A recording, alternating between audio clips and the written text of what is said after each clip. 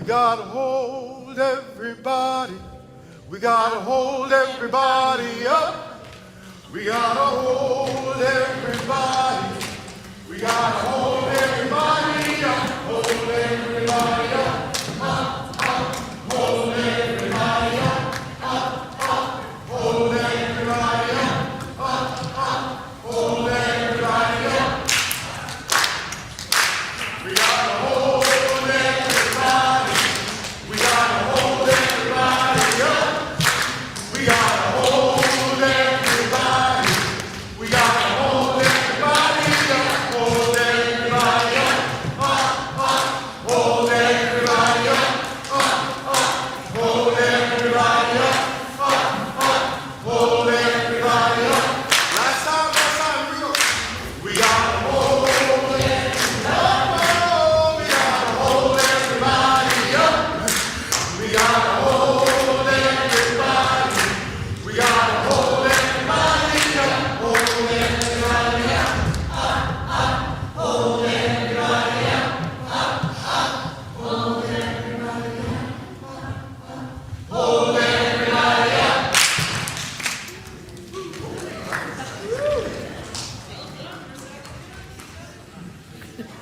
Good morning, everybody.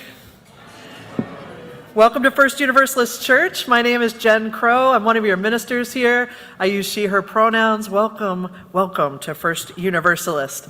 It's so good that each and every one of you is here, that all of you who are joining us online are with us. We're so glad you're here too.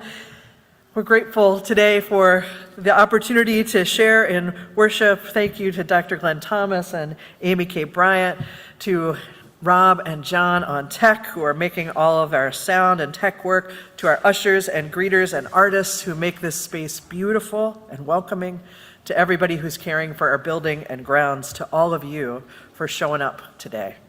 Together, we make this space of connection and care, this experience of beauty possible. Thank you also to those members of our community who let us know that a space for transgender and gender expansive folks to gather for connection and care is needed now, not in the future, but now. So today, after the service, there will be a gathering for folks who identify as transgender or gender expansive. We're going to meet right back here in the chancel room at 12:30. This won't be the last opportunity. Today's gathering will be hosted by Reverend Meg Riley and Nancy Potter, one of our care companions. So grateful that space is happening. Here we know that beloved community is something that we practice together. It's not a destination, not a final arrival, but a way of being. Moving and breathing together, celebrating and creating together nourishes us. Here in this place, we inherit and create, we sustain and pass on the universalist spirit of love and hope now, and for times we will never see. And we do that together. Welcome to this spiritual community of individual and collective transformation. Now, one of the ways that we care for ourselves and each other is by learning to slow down sometimes, to calm our bodies and minds and spirits, to connect to something bigger than ourselves alone. We do this through a practice of shared breath. And so I'm going to invite us now, in whatever way feels right for you, to ground yourself in and to share together 3 meaningful breaths.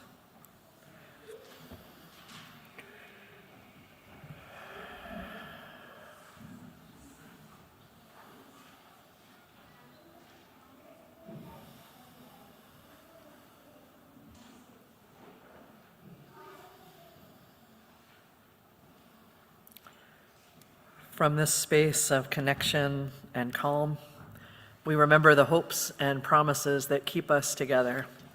And I invite you to join with me, if you like, in saying our words for the lighting of the chalice. Love is the spirit of the church, and service is its law.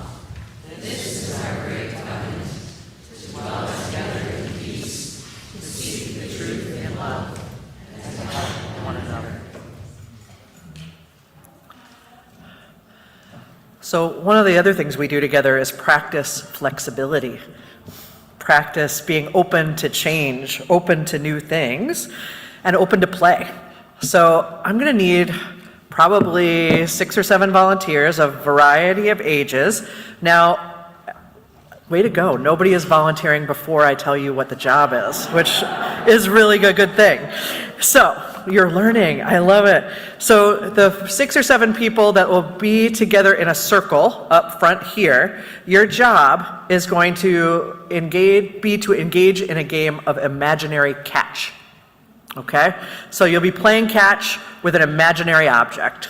And I'm going to need folks, otherwise I'm going to make us do it all together. So I need about 6 or 7 people. Come on up if you are feeling game for this opportunity of imaginary catch. Awesome. Thank you, thank you, thank you. So I'll tell you, you cannot fail at this job. It's not possible because everybody's beaming love at you, plus it's imaginary, right? All right.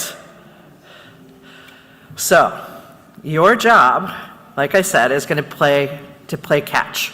I'm going to invite you to toss an object back and forth without using too many words, okay? We're going to start with a beach ball. Who's got the beach ball? Okay, so make it like you've got the beach ball. Okay, and now you can just toss it. All right, keep it going. Oh, good job, good job. All right, it's being tossed back and forth with care. It's very large. Oh my, oh, there, oh, David's got it. Gently, yep, okay. Okay, your beach ball has just transformed into a hamster. Okay, you have a hamster. How are you gonna gently pass that to each other? Oh, I see you're being thoughtful. Okay, he's putting it down. He doesn't wanna, okay, that's a good way to pass the hamster. All right. Okay. Oh, loving the hamster with care. Okay, now your object is a 50-pound dog. Oh, how are you going to do it? Oh, so heavy. Can you even lift it alone? It's so heavy. Oh my goodness. All right, it's walking over. There we go. Okay, now go. The dog is on a leash. Okay, now you have an egg. A tiny, very breakable egg. How will you pass it? Oh, rolling. Awesome. Good idea. Oh, gentle passing, gentle passing. What if it's a milkshake? Oh, no, it cracked. Good, we're changing just in time. You have a milkshake. Okay, milkshake going back and, yes, have a little milkshake. I love it. Okay, we're taking it back and we're back to the beach ball. Beach ball. Beach ball. Awesome. Oh. Nice job. It's just passing back and forth this large beach ball. All right, you guys, thank you, thank you, thank you. You did it. You did a great job. I so appreciate the volunteers, and I wonder if anybody noticed anything while the kids and adults were passing things back and forth. Did you notice something?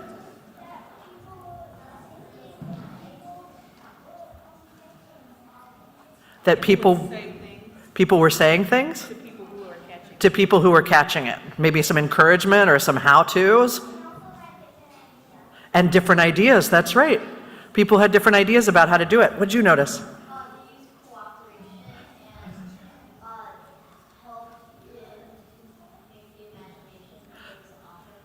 Right on. They used cooperation and imagination to help us know about the objects, right? Okay, I'm going to do 2 more. 1 and 2. Up there.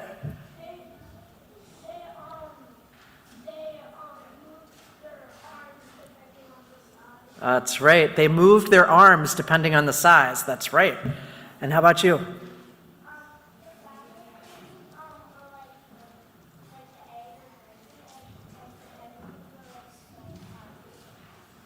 Okay, tell me if I got what you said. The egg was so tiny, and then the other things were so big and heavy? The dog? Really heavy.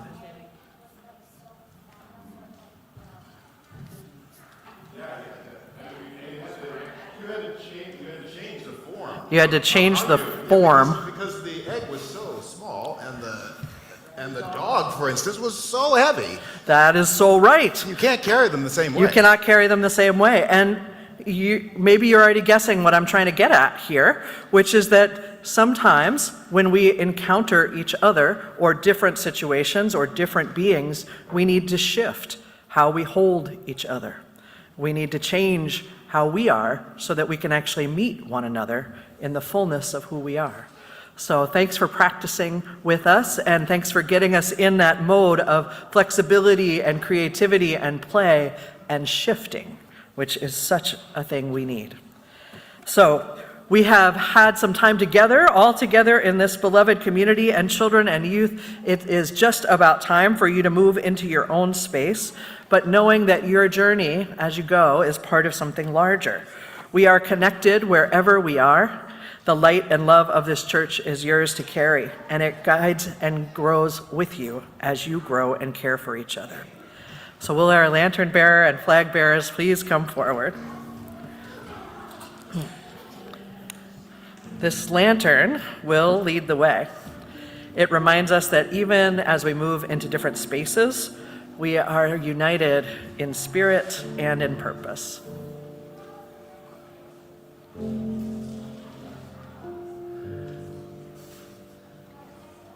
Agreed.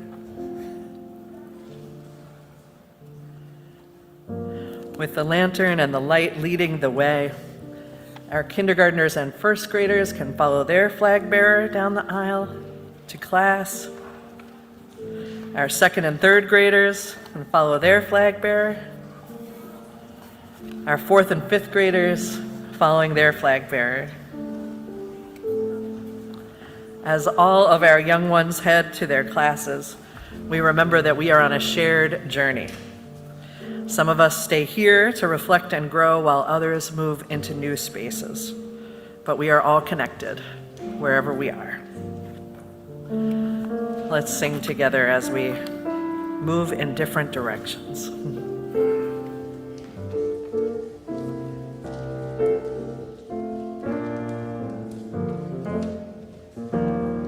This little light of mine, I'm gonna let it shine.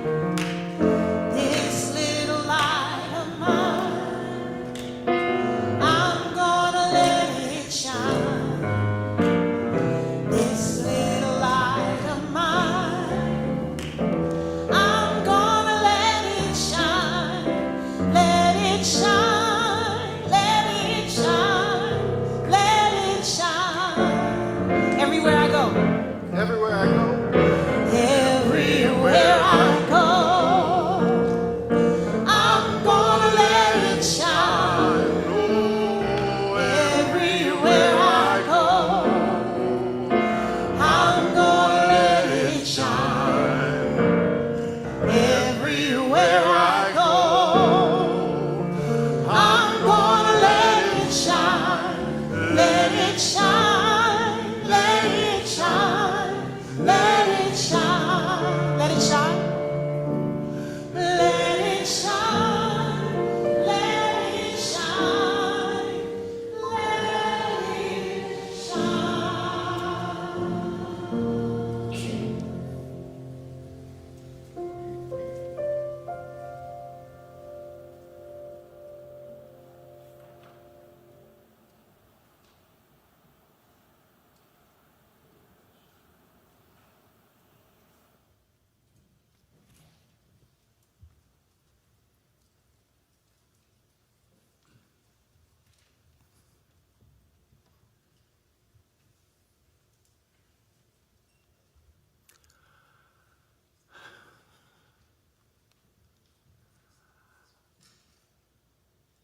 I pause and speak for the purpose of offering you more pause and silence.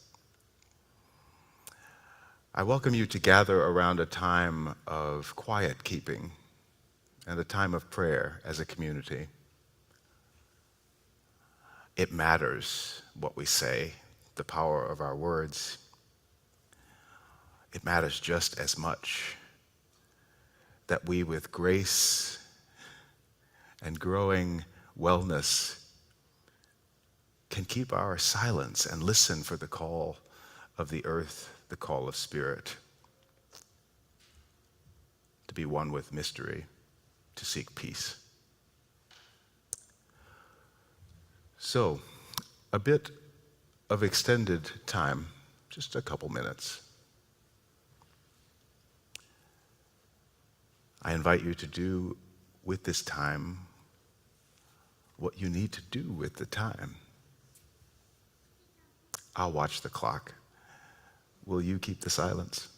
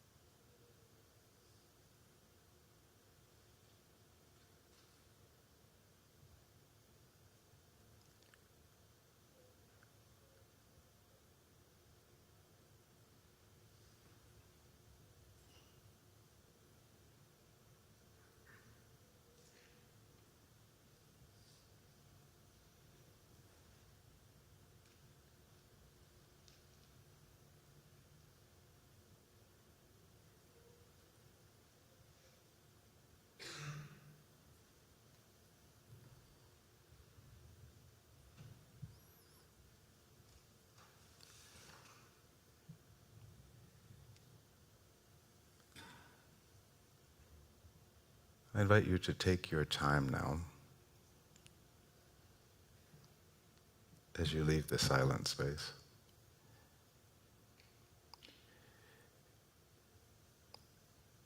When I breathe in, I breathe in peace. When I breathe out, I breathe out love. When I breathe in, I breathe in peace. When I breathe out, I breathe out love. When I breathe in, I breathe in peace. When I breathe out, I breathe out love.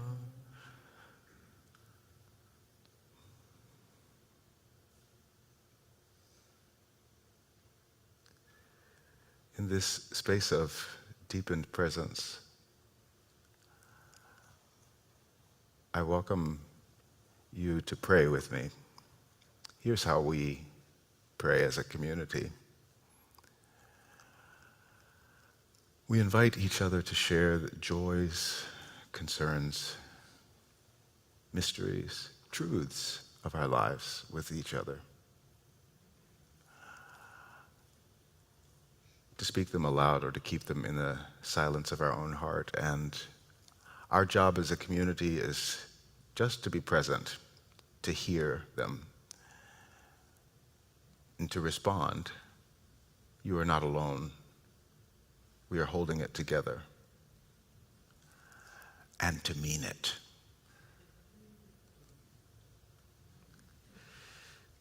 The circle's open. What would you have the community hold today?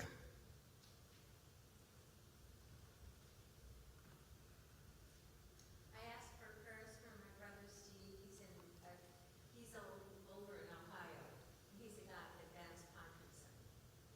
For Steve. Yes. You are not alone. Will you say it with me? You are not alone. We are holding it together.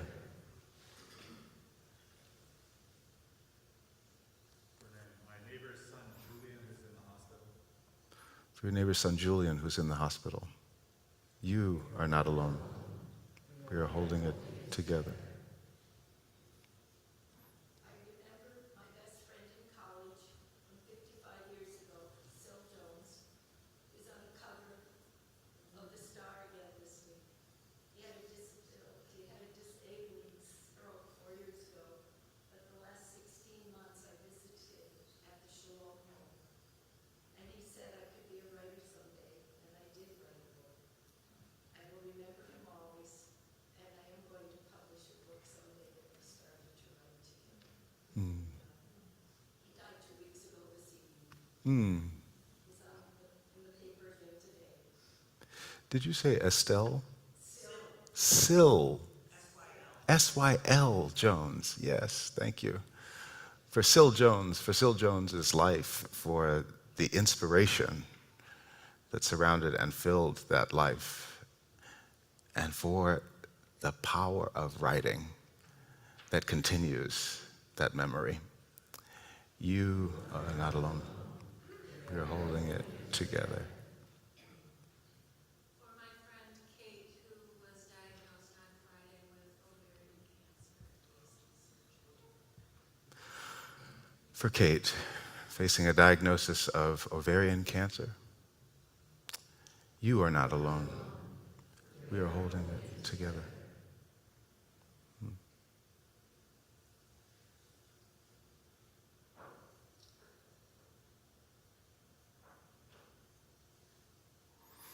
friend Jesse, who is on a long road of recovery after having had a stroke. For your friend Jesse, on the road to recovery, a long road, after treatment, after a stroke. For this family that surrounds, for the circle of care, you are not alone. We are holding it together.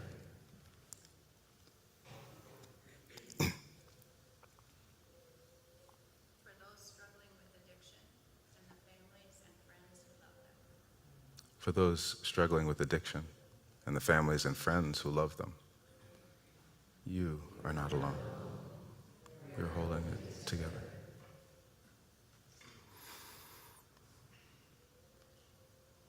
For every prayer spoken, there are prayers that speak silently in our hearts. For every prayer we heard, we'll hear another one later on today that we didn't even think of. May all of them be collected now in the care of the community. May we never be alone in these. And may the prayers be strengthened in our support and our love. Amen. Spirit of life, come unto me. Sing my heart, all the streams of compassion.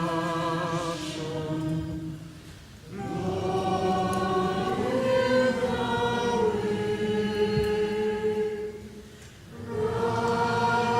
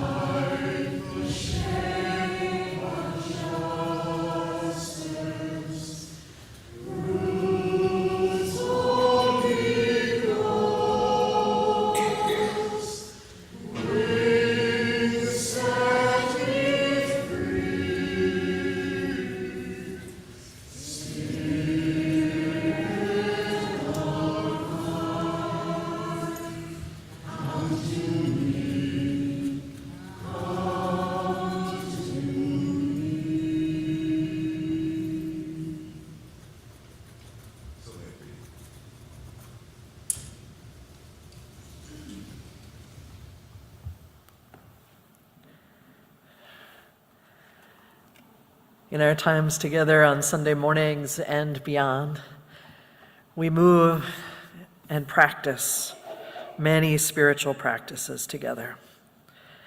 This morning, we are about to practice sharing our resources, one of the many ways that we give and receive and grow together. And I remind us that these are all worthy and important practices. If now is a time when you need to receive, whether that's financially or spiritually or with some care, please let one of the staff know, and we will connect you with those resources. If this is a time when you are able to give of your financial resources, we'll be sharing our offering this morning with Second Harvest Heartland. Second Harvest Heartland is one of the nation's largest hunger relief agencies.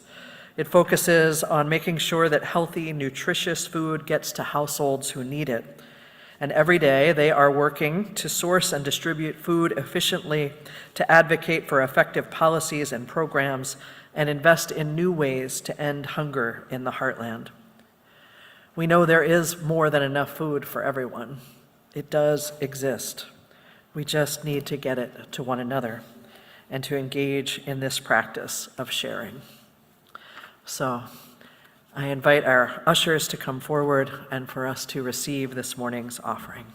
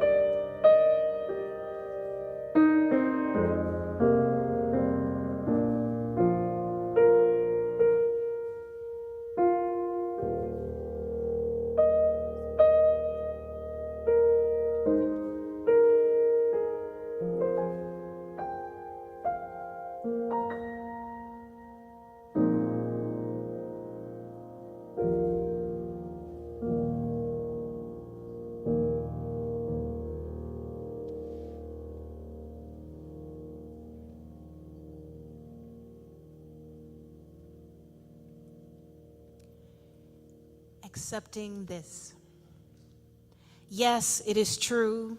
I confess, I have thought great thoughts and sung great songs, all of it rehearsal for the majesty of being held. The dream is awakened when thinking, I love you. And life begins when saying, I love you. And joy moves like blood when embracing others with love. My efforts now turn from trying to outrun suffering to accepting love wherever I can find it.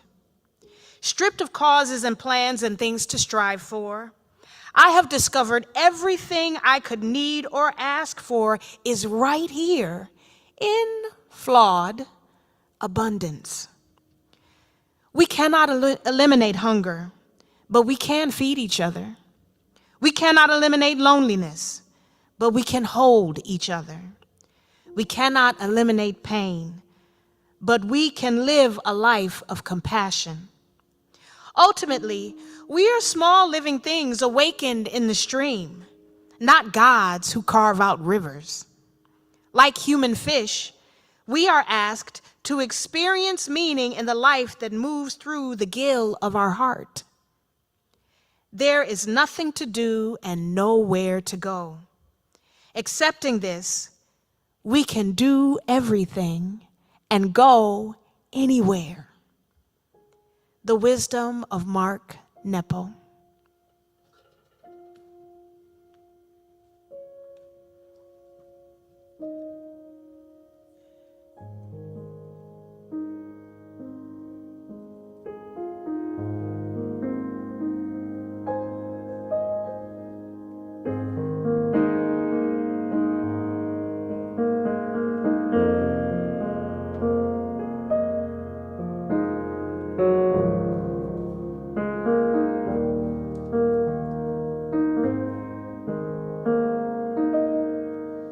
When the night has come and the land is dark and the moon is the only sight we'll see.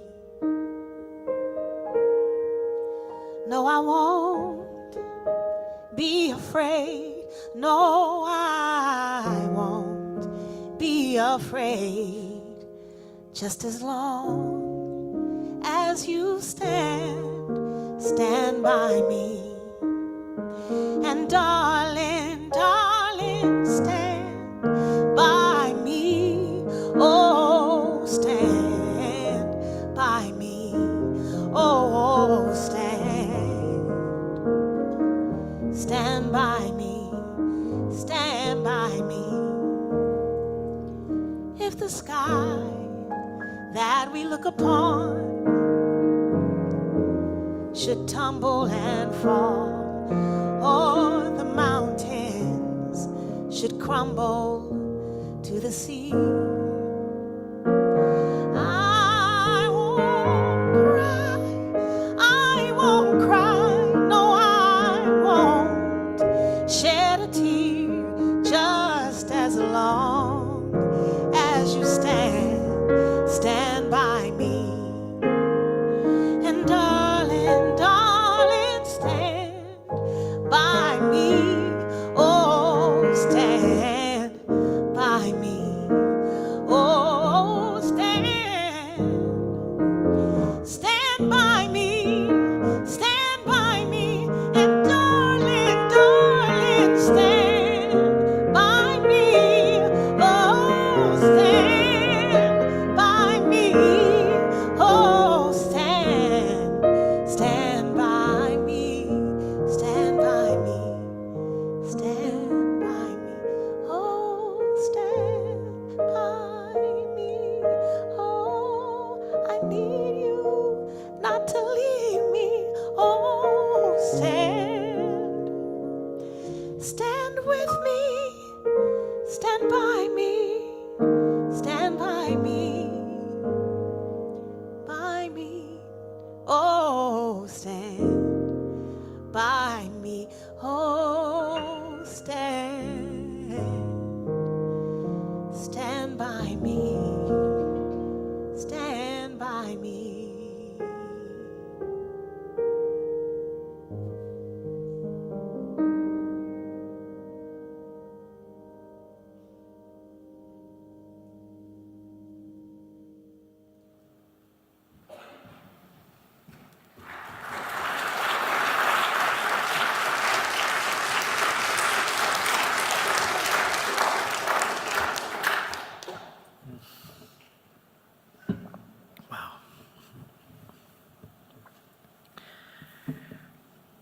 There's this experience that's been sticking with me over the last couple of weeks.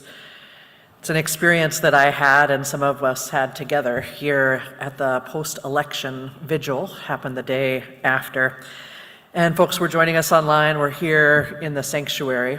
And at the end of that time together, we moved singing into sort of a circle. Some folks stayed where they were seated. Some of us formed a ring around the sanctuary. And part of what I noticed is how we were shifting to make room for each other, to make room for folks to stay where they were, to make room for folks who wanted to or were able to join that circle.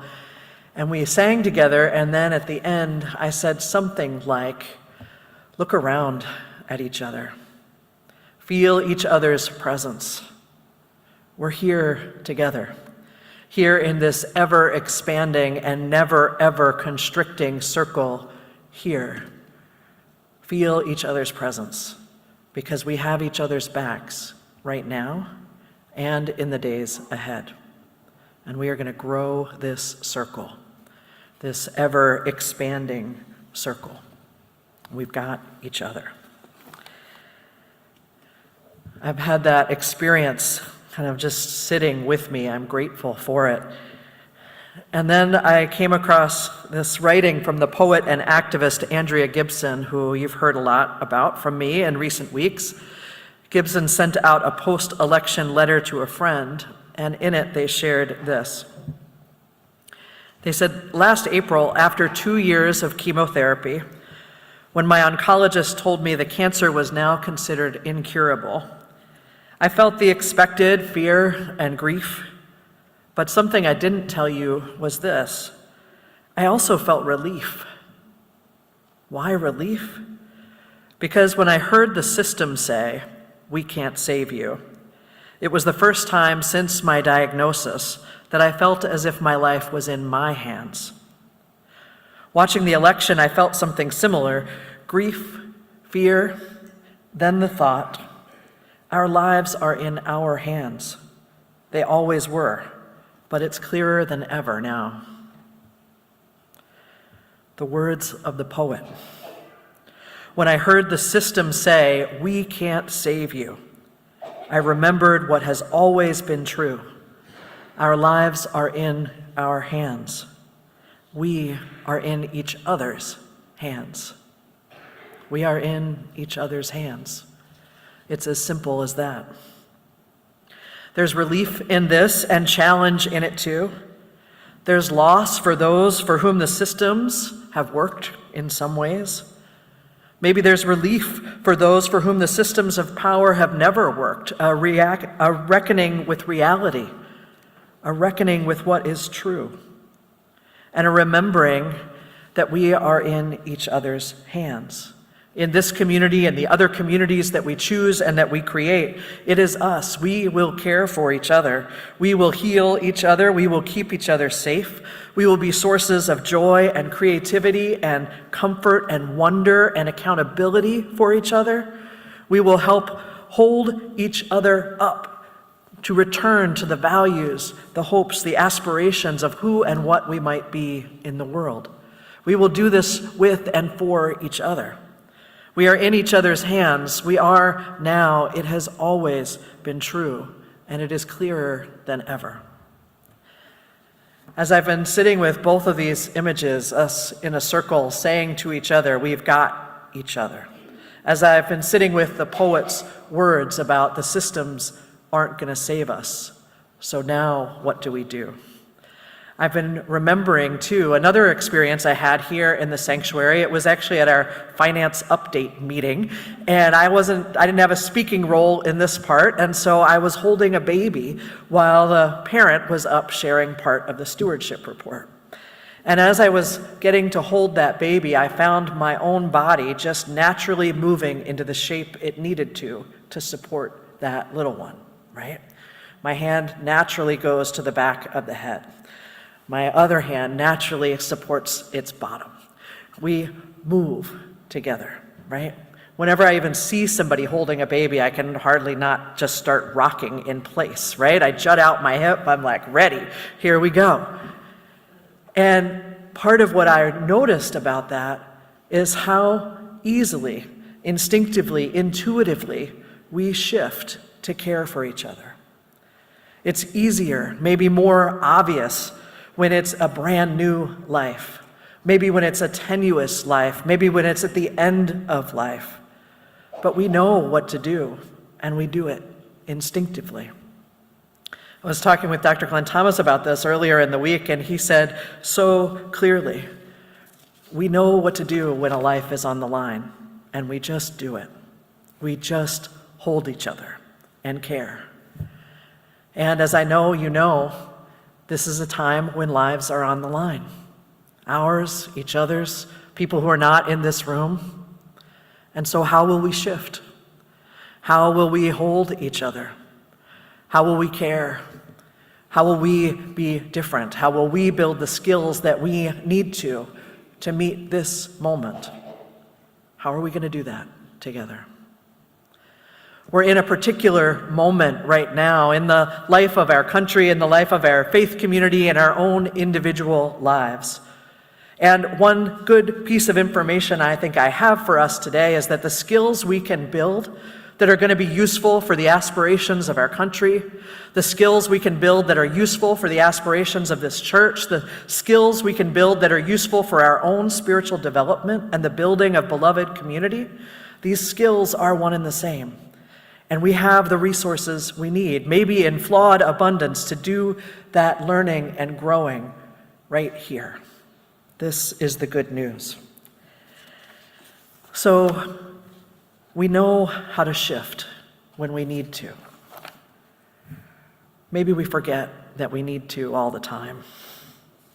Maybe we forget that we need to shift to meet each other all the time, that each time we meet one another, we are meeting across cultures, across difference, across sets of experiences, meaning, beliefs. Each time we meet, we're called to shift in some ways. Let me back up a little bit. You've heard me talk a little bit about this moment we're in our country right now and in the struggle for democracy. You've heard me talk in other weeks a little bit about a lecture I attended by Dr. Mike Hogue and Dr. Sharon Welch. And in this lecture, they set out pretty clearly some things that I agree with. They said that our democracy is something that we have in our documents, but is not something we have ever achieved, right? The hopes in this country. And Dr. Hogue goes on to say that this is how it will likely always be. And it doesn't mean that democracy is necessarily broken, but rather that democracy is something that is always unstable and always changing. And it's always changing because the people are always changing. Literally the demos, as he said. The demos is always changing, but also the conditions of enfranchisement and empowerment are always changing too. Who has power in that democracy? Who has the right to vote? Who has access or ability to resources, to power? Democracy is always changing because the people are always changing, because the conditions of empowerment are always changing. It is therefore always incomplete and something we are aiming for in the future and something that requires work. It never just is. In this present moment, Dr. Hogue has said, we are in a crisis of democracy, absolutely, but that crisis isn't because the demos or the people are changing, which they are. The people of our country are becoming more and more multiracial and multicultural all the time. The demos is shifting, but that is not the problem. That is the gift, actually. The problem is that many, maybe even most of us, lack the skill in the social practices that actually support democracy. These are practices that are relational practices of difference, relational practices of truth-seeking together. Dr. Hogue says that this struggle for even the possibility of democracy demands that we practice relationship with each other. Relationships that are empathetic, emancipatory, and empowering. That we lean into relational practices. Here we are in this moment of so many fractured hopes for what this country is and can be, and we're in trouble because our practices are off. Our ways of being, not our hopes. We need to focus on how we can be in relationship with each other. We're in a moment now where so often, instead of encountering each other with curiosity and an assumption of inherent worth and dignity in our differences, we live instead in a time of cultural warfare and of weaponized difference. Instead of sharing in any sense of a common world, we're living in a time of misinformation and gaslighting and scapegoating, especially of trans and gender expansive people of color, of LGBTQA+ people, of disabled people, of immigrants.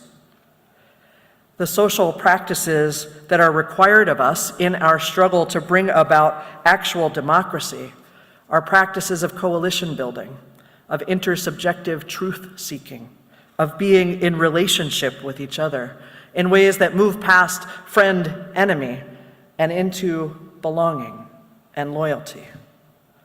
What it feels like when we say and we know and we act as if we are all in each other's hands, each and every one of us. Now, there are different kinds of democracy to be aiming for, of course. Dr. Sharon Welch in this lecture talked about some things I think we will recognize. She said there's competitive democracy, which is kind of a win-lose kind of democracy. 51% wins over 49%. She said you can pretty much spot competitive democracy whenever you have a pro and a con mic set up in a conversation. But there's also generative democracy, deliberative democracy, this kind of democracy that empowers as many people as possible and that learns from and works with the variety of differences, the kaleidoscope of differences which we all inhabit. She says the practices of a democracy like that are much more often sitting around a table and telling stories, taking notes, coming up with an idea, coming back, coming up with another idea, over and over again.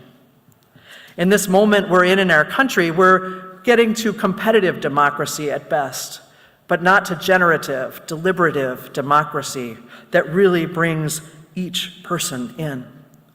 But the practices we need, she tells us, are ones that will help us, not just in our country, but in our church and in ourselves. To engage in community, to be a part of together, to learn how to welcome critique and feedback, to learn that when we make mistakes, maybe even when we fail, that can be a good thing. It can be a time of learning and growth, that our good intentions don't prohibit us from failing or making mistakes. They can exist right next to the error, right next to accountability, right next to making amends and learning and doing different next time. Other practices are bridge building, coalition building, problem solving, being able to work with diverse partners, being able to reason ethically. Democracy is not just about going out and voting. It's about cultivating these kinds of practices in our lives all the time, every day in between the elections. And this is something we can do. The Unitarian minister and writer and theologian James Luther Adams reminded us in his time that if we want to have more than a sham spirituality, it's going to require more than just reading the best papers and giving some money to the right causes. True spirituality requires something of us that matters. It costs us something. It requires our commitment. And this is what I'm asking us to commit to, is to learn and grow in these social, relational practices that support not just a generative, deliberate democracy, but support the building of true community and a sense of belonging that just might help us get to beloved community. Community that is free of poverty and violence and racism. Community that is so deeply grounded in love that it cannot help but transform us individually and collectively. That's what we're heading for. That's our goal. Now, when I get to how these practices might show up in our faith community, I want to acknowledge that we have gifts and challenges from our heritage as a faith community, like anybody does, right? I think one of the best gifts we have in our heritage as Unitarian Universalists is actually a very clear message about what we believe in. I know sometimes it's hard to say, what do we believe in? But I think it's actually super clear. We believe in a love powerful enough and expansive enough to welcome everyone in and transform us toward the good in the process. We share a belief that the only hell we experience is the one we know here on earth, and it's largely caused by our separation from each other, from the earth, and from the ways that we hurt each other. We share in a belief that if a heaven exists, it's likely something that we create in moments here on earth, and that likely it takes the shape of beloved community. community free of racism, poverty, and violence, community grounded in transformative, ever-expanding love. Those are our gifts, or at least a few of them. Now, our challenges. I want to name this one in particular. We as a body, and this is we, I'm going to stop using the word we, because it's a complicated one. What I'm speaking about now is the historic majority within Unitarian Universalism. The historic majority are folks that are racialized as white. They are folks who are educated. They are folks who are able-bodied, middle to upper class, and from a Protestant religious heritage. That is our historic majority in Unitarian Universalism. And this group of folks, of which I am also a part, has said for generations, has offered this invitation and this hope that we would be a multiracial, multicultural, intergenerational community of faith, where folks would find a real sense of belonging, and not just the white, educated, able-bodied, middle to upper class, Protestant religious heritage people, but that folks who are from different cultures would find a true home here. We've particularly extended that invitation out to folks of color, and I would say it has been disingenuous. This invitation we've offered has been an invitation more to assimilation than to true acceptance and belonging. The Unitarian Universalist minister and historian Mark Morrison Reed says this as he looks back over our history, that while the words of our mouths may have said acceptance and integration, the actions that many Unitarian Universalists have taken have meant assimilation. Assimilation is a survival strategy that involves a permanent behavioral and internal change from one's own original culture to the new or adopted culture. I hear that and I think it's a cutting off of oneself in order to fit in. We have fallen short with this kind of invitation to participation and belonging in our congregations. We've fallen short, and that falling short has hurt people, no doubt about it. Whenever we say one thing and do another, it hurts. And I would say it was one of the primary things I was looking to move away from when I came into Unitarian Universalism. I wanted a place of authenticity. And I believe I have found it here. But we still have work to do. Work to do as a congregation, as a country, as people. Work that calls for resilience and recommitment, for a letting go of shame while welcoming in accountability, and for these relational practices of coalition building, of being able to seek truth together across difference. So I want to invite us into some of these practices and into some of this learning that we can do.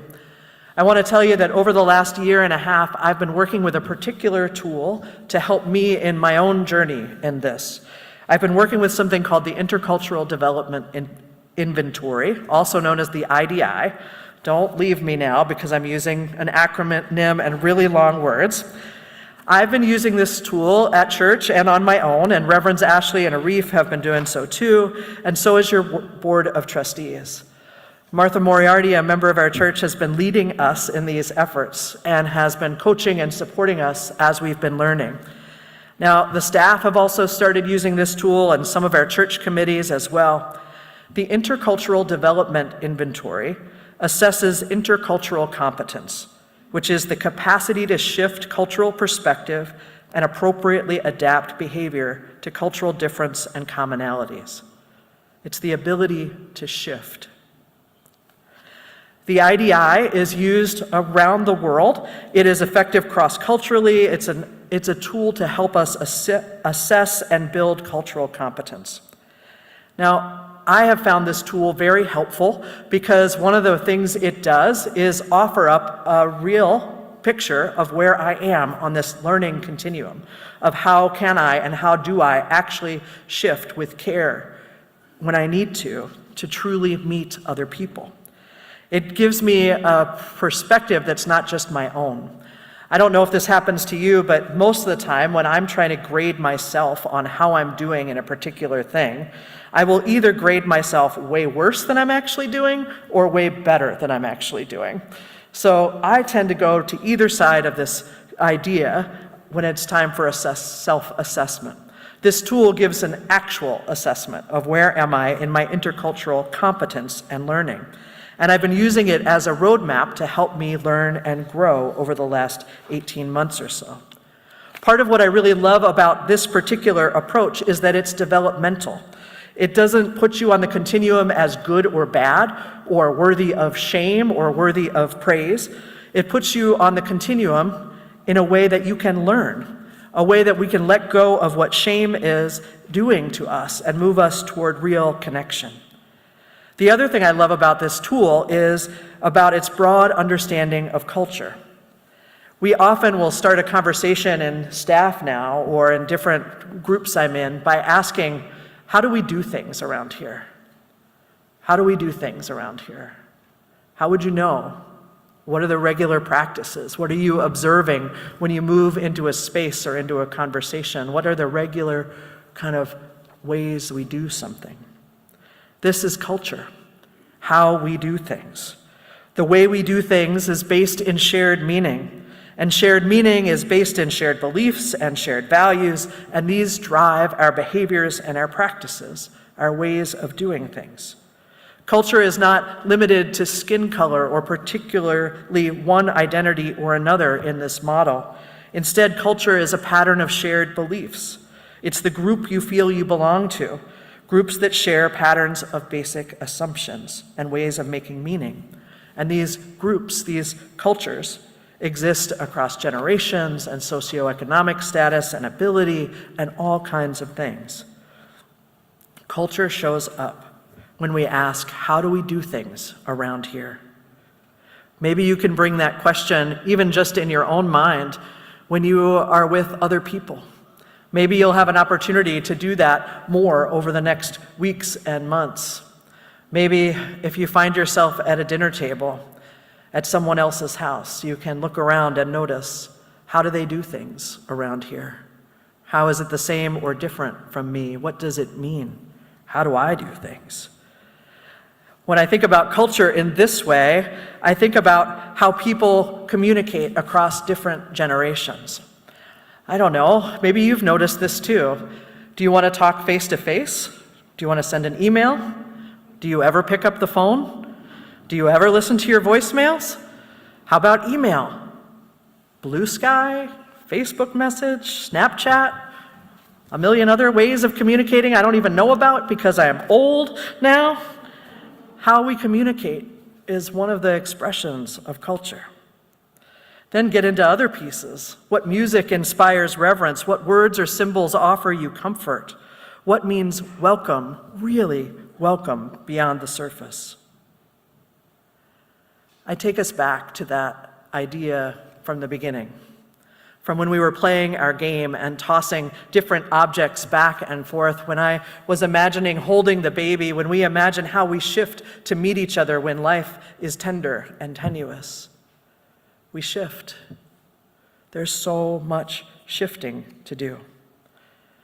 One of the questions I've been learning to ask myself around communicating across culture is, who is being asked to shift in this conversation? And how and why? Am I always asking the person with the least power to do the shifting? Am I always doing things the way that the person with the most power wants to do things? For me, I've learned that if I don't pay attention to this question of who is shifting and when and how and why, then I fall into patterns that the dominant culture has taught me about how things should go and how things should be.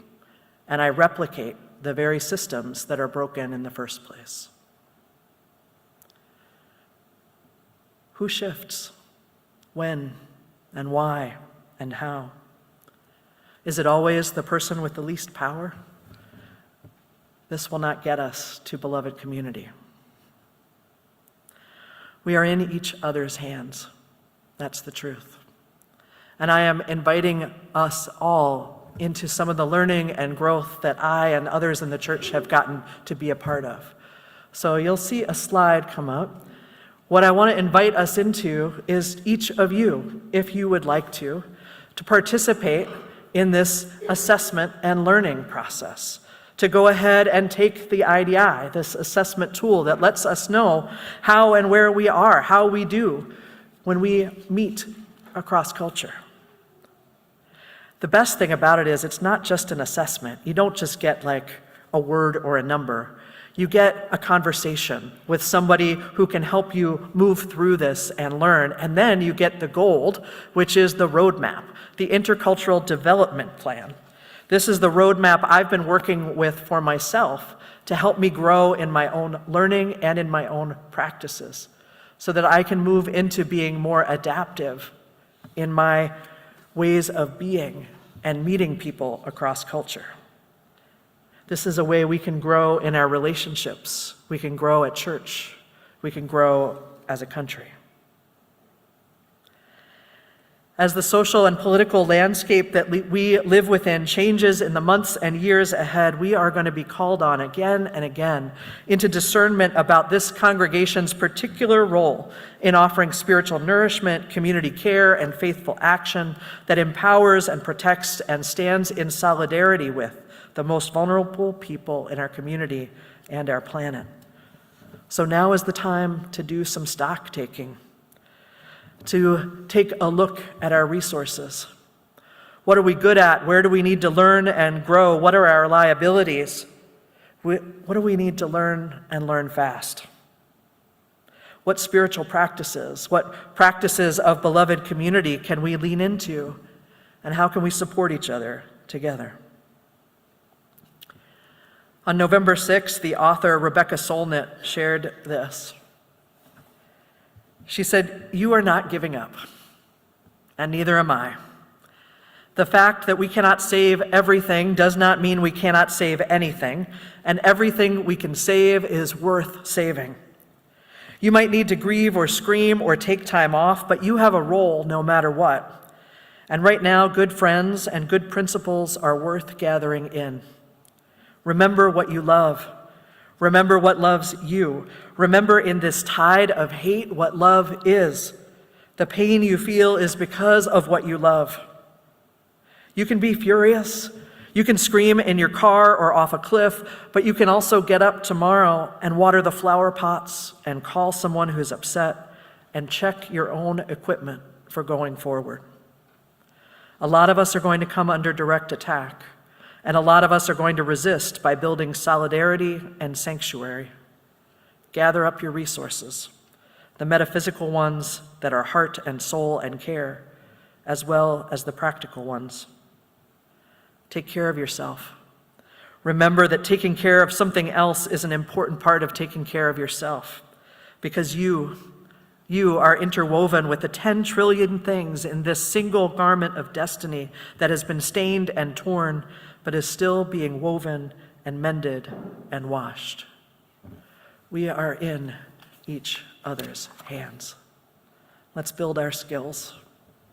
Let's figure out how to shift so we can hold each other with care. May this be our work. May it be so.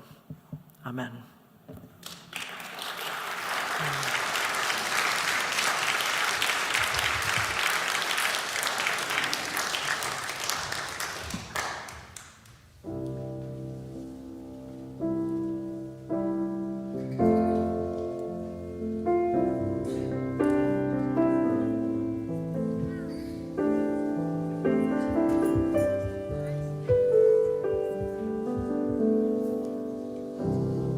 Could have imagined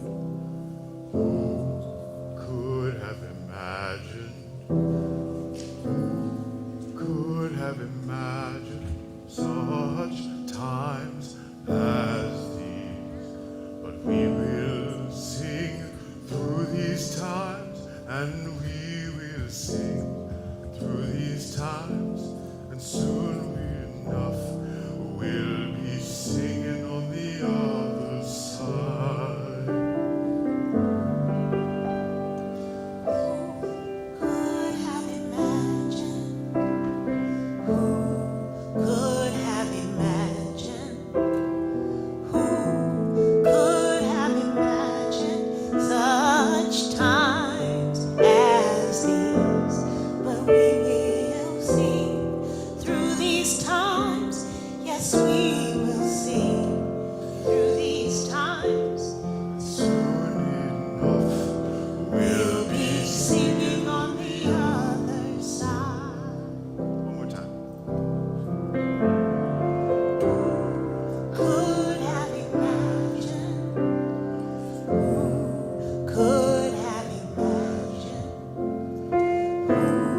could have imagined such times as these. But we'll see through these times, we will see through these times, and soon enough we'll be singing on the other side.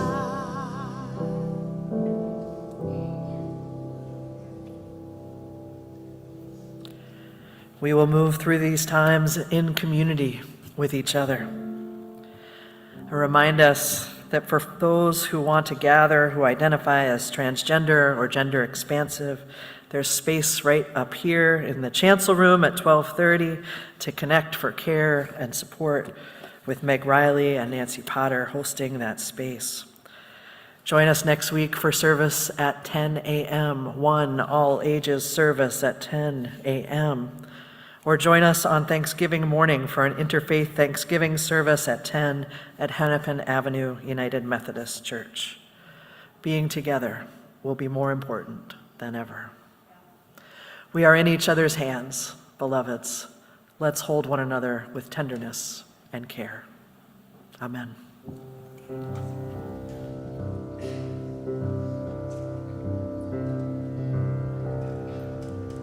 We are going